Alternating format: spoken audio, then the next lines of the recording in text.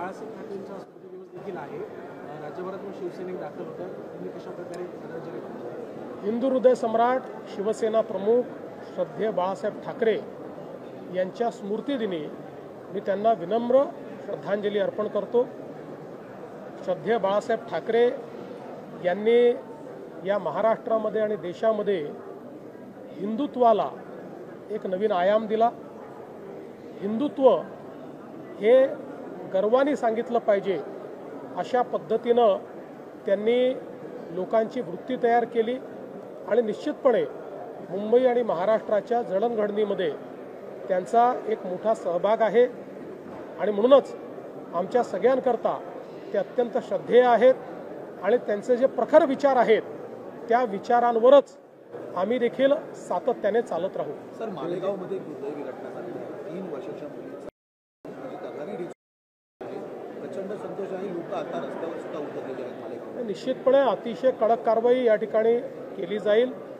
अशा प्रकारची मानसिकता असलेले हे जे लोक आहेत यांची मानसिकता ठेचण्याचं काम हे निश्चितपणे सरकार करेल. जिस तरीके से आज शेवटचा दिवस आहे आणि ठिकाणी बंडखोरी मोठ्या प्रमाणामध्ये सगळीकडे दिसून येते. कशा स्वरूपामध्ये समजूत काढली जाणार आहे आणि सगळ्या पक्षांमध्ये हा प्रॉब्लेम आहे. याचं कारण खूप मोठ्या कालांतराने या निवडणुका होत आहेत. काही ठिकाणी 7-7 वर्षांनी निवडणुका होत आहेत आणि म्हणून साहजिक प्रत्येकाला वाटतं आहे की आपल्याला लढायलाच पाहिजे. 7 वर्ष गेले, आता पुन्हा संधी कधी मिळणार आणि म्हणून काही प्रमाणात बंडखोरी आहे. पण आमच्या पक्षात जी काही बंडखोरी आहे त्या सगळ्यांशी चर्चा करून आम्ही त्यांचं समाधान करू.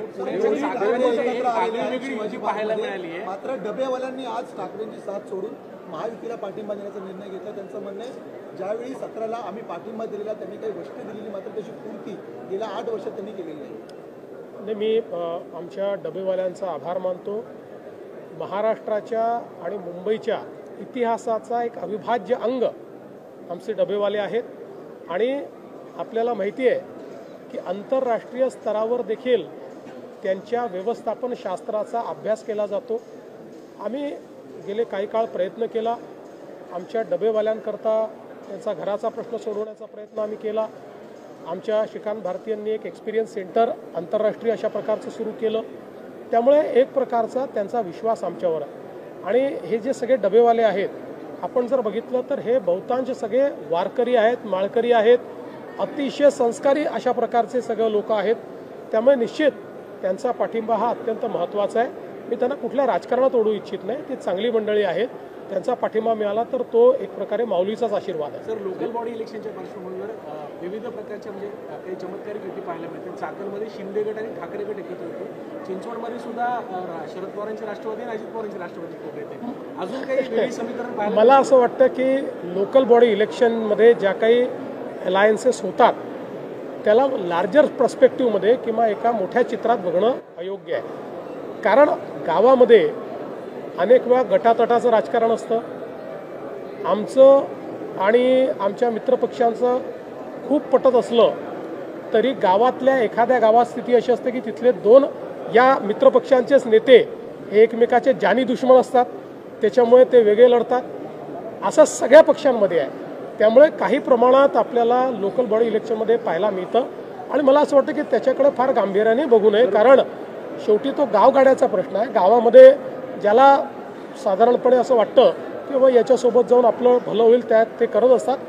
10% ॲब्रेशन असतात, 90% बरोबर असतात. सर, मुंबई काँग्रेसचे अध्यक्ष